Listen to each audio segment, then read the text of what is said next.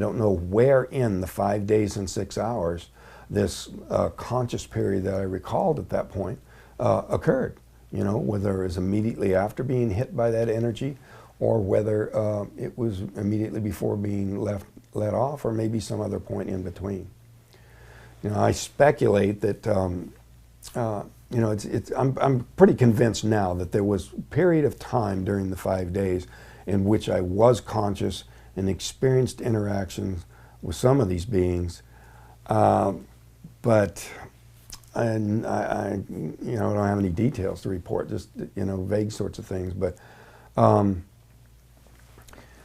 part of that time was probably in some sort of an unconscious or injured state, you know, some sort of a coma or induced coma, or some sort of procedures involved in correcting the damage from being hit by that blast of energy.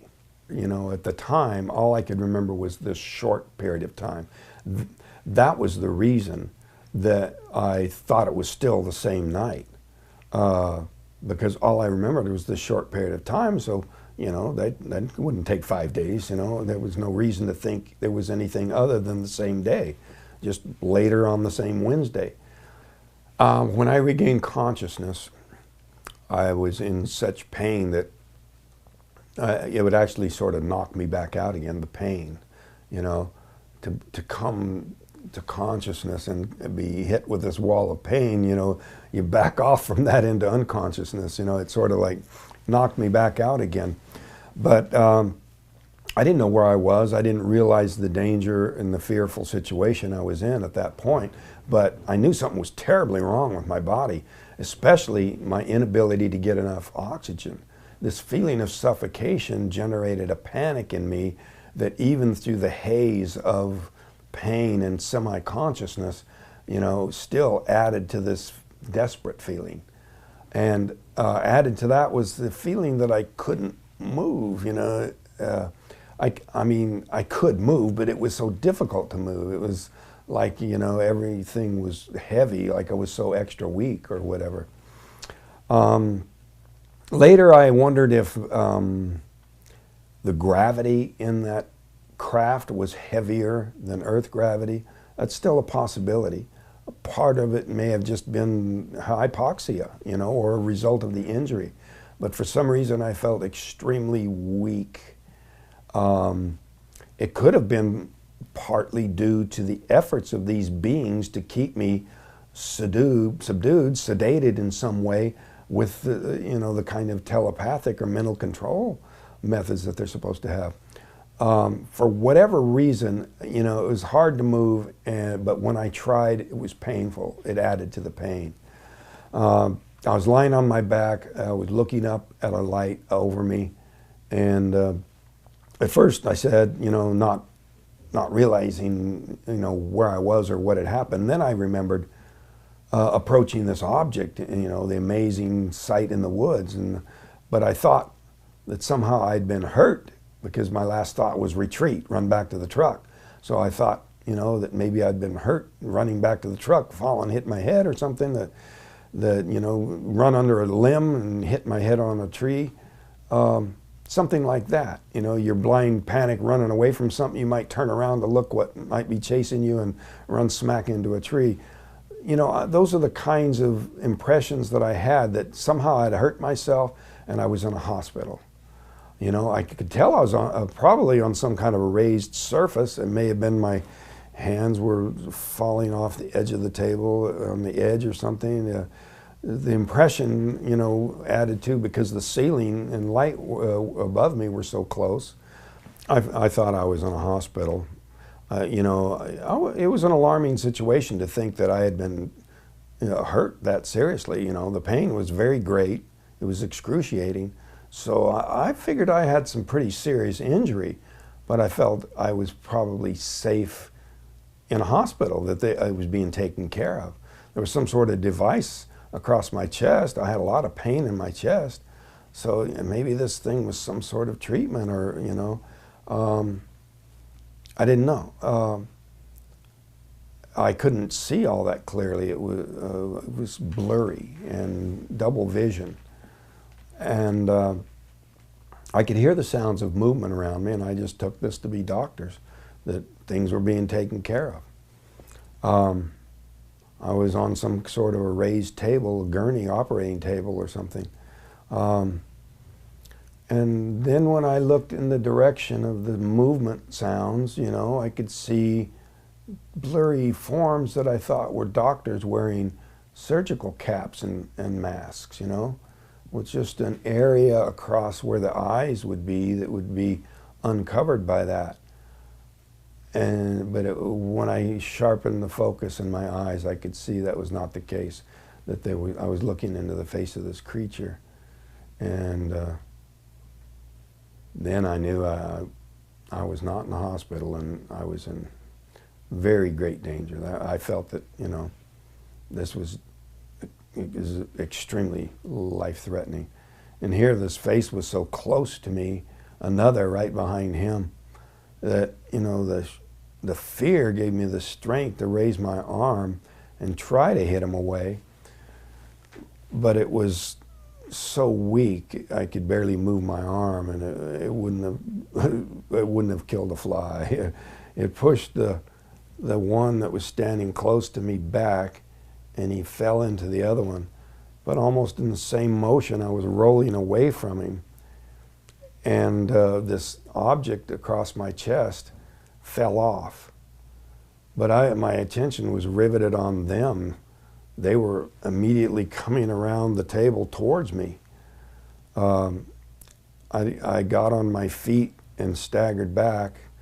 I felt very weak and unsteady, and I backed up. I was actually sort of stumbling backwards, and I bumped up against a shelf or a workbench, and there was an array of instruments laying out there. It was just a quick glance. I didn't stand there and study them. I was just riveted on these creatures coming towards me. I just glanced, grabbed the biggest thing I could find, and started flailing in their direction to keep them from coming any closer. And they stopped, and at that moment was the peak of the fear and you know, the focus of my nightmares for months afterwards was this point at which they stopped with their hands extended towards me and staring in a way that felt invasive and intrusive, like they were looking inside of me in a way that just gave me this squirmy feeling in my head that it was agonizing. It was horrible.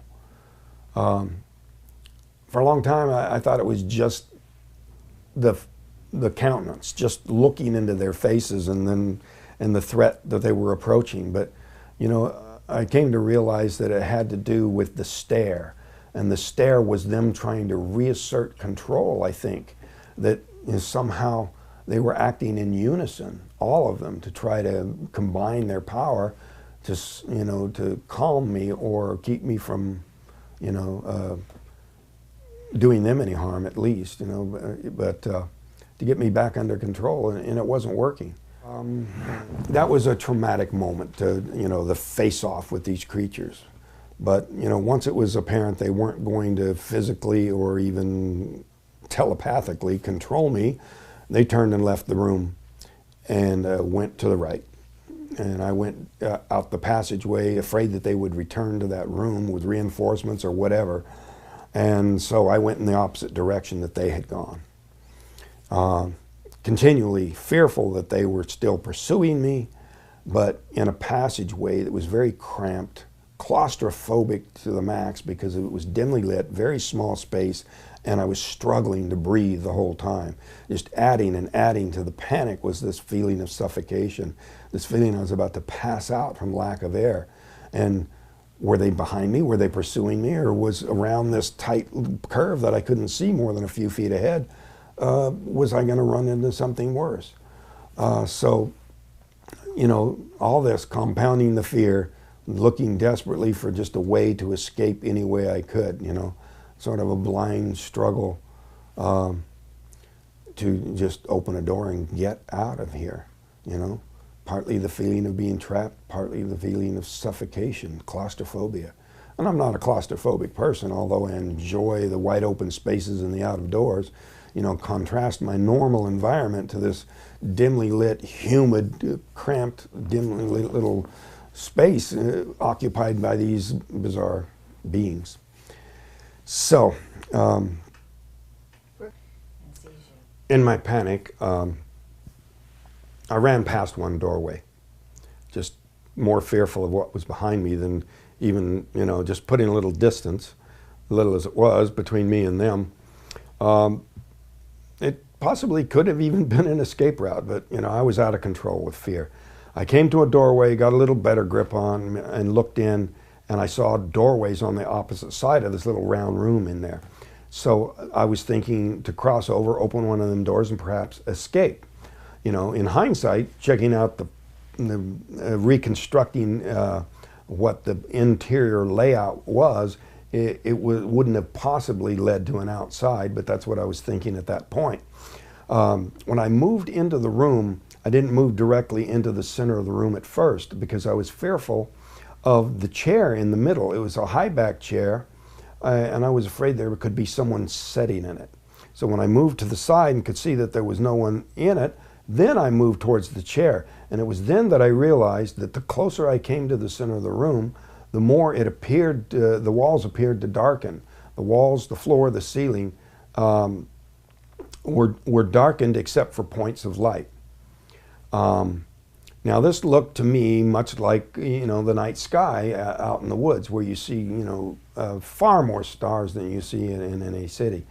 It was a planetarium kind of a projection, or perhaps even a way of viewing where this thing was at, an actual view of the outside.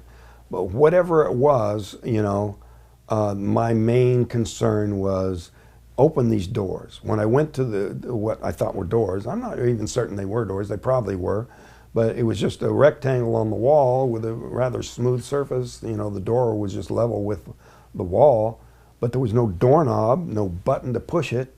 I saw no way to open it. I don't know if they operate these things with their minds or whatever, but I assumed that perhaps the buttons that were on the arm of this chair might open the door. I tried some of them. None of them seemed to, well, most of them didn't seem to do anything.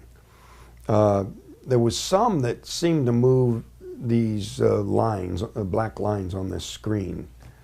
Nobody had ever heard of touch screen in those days, and I didn't touch the screen to see if that affected anything on the screen. I did move the arm, the lever on the arm of the chair, and that moved the star pattern, which was very disorienting. You know, it was a kind of a dizzying sort of feeling to have all of these reference points move in unison. I was already unsteady on my feet, and so it was kind of gave me more vertigo than I already had. And I was thinking of pushing another button, thinking, you know, one of these has to open one of these doors. And then my attention was suddenly diverted, whether it was a change in the light from the door that I'd just come through, or a sound. I'm not sure what, or maybe just something out of the corner of my eye. But I turned, and there was a man in the door that I just come through. And I immediately, you know, this was a familiar human form. It was very reassuring to me to think that this was somebody there to rescue me. You know, police or military, Air Force, NASA, something, you know. And so I started towards him and was just babbling, you know, questions and trying to tell him about these creatures that were in there. And it was very, probably looked pretty crazy, you know, the frantic, the hysteria that I was displaying there. Describe what he looked like. This was a human-looking being. This was somebody that would pass in a crowd. You know, a tall, young man, light-colored hair, light-colored eyes.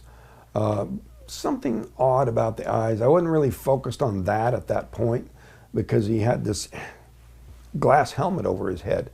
But at this point, I was mainly trying to get a response about where I was and where you know, get me out of here sort of thing. So when he took me by the arm and was leading me out, I figured this was a rescue, and I was only very happy to go.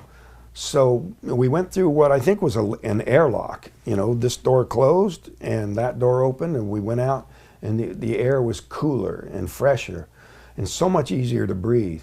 But I was almost blinded by the brightness. It was just, normal soft sunlight sort of look, but it's so much brighter than the interior of that craft.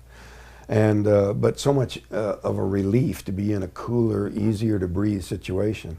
We went down this really steep ramp, and I really had to sort of watch. I was, sort of hanging on to him because I was unsteady on my feet. The ramp had a very sure gripping surface. It wasn't corrugated or had any bumps or major surface features to it. It was just some kind of surface that you could walk on without falling down.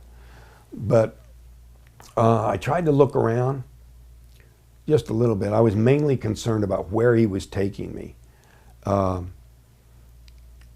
And he seemed to be in a hurry because he was making me move faster than I felt able to. I was weak and unsteady on my feet. I glanced around enough to see that there were some other disc-shaped craft parked inside of this enclosure. At this point, the craft we came out of was parked inside of this big hangar-like building, or it might have been part of a larger craft. Some people think it was like a mothership or something, or it could have been like just an airplane hangar somewhere. The wall behind us was composed of glowing panels that curved up into the ceiling. So, the room was shaped like a quarter of a cylinder laid on its side. And, but he led me towards the vertical wall opposite this that was just solid wall. It wasn't made out of glowing panels. And through some doors down a hallway, and we went through some other doors into a room where there were some other people. They were very similar to him. A similar dress, similar coloring, light colored hair, light colored eyes. But it was there that I started to notice something sort of unusual about the eyes. But again, my focus was on where am I, what's happening to me, what just happened to me, what are you doing with me? And then I wasn't getting answers to these questions. And I started to become alarmed that this wasn't a rescue at all, that I was still in some kind of terrible situation. Do I trust these people? They won't even answer me. And they're leading me, they're, taking me by the arm and putting me over towards this table. And then so I started to pull back. If they're not going to answer my questions, I'm not cooperating. And they were so much stronger than I was. They actually felt stronger than a normal person. I worked in the woods, and I could take a chainsaw on either hand and hold it straight out to the side on either side, which is quite a feat of strength. I got pictures of that, but they were able to easily subdue me. I was in a weakened condition, but I felt their strength. But still, the panic I had at being restrained like that, I was able to jerk one hand free, and they put this mask over my face, and I got my finger under the edge of that trying to pull it away. I was probably hypersensitive to a claustrophobic kind of reaction. But before I could pull it away, boom, I was out. I think there was some kind of a gas in there that was like a anesthesia or something. But there was something odd about those eyes. And, I worked with an artist to do my best. I probably ought to do some more drawings to try to figure that out. Here, even 38 years later, there was something about the eyes that was just not quite familiar.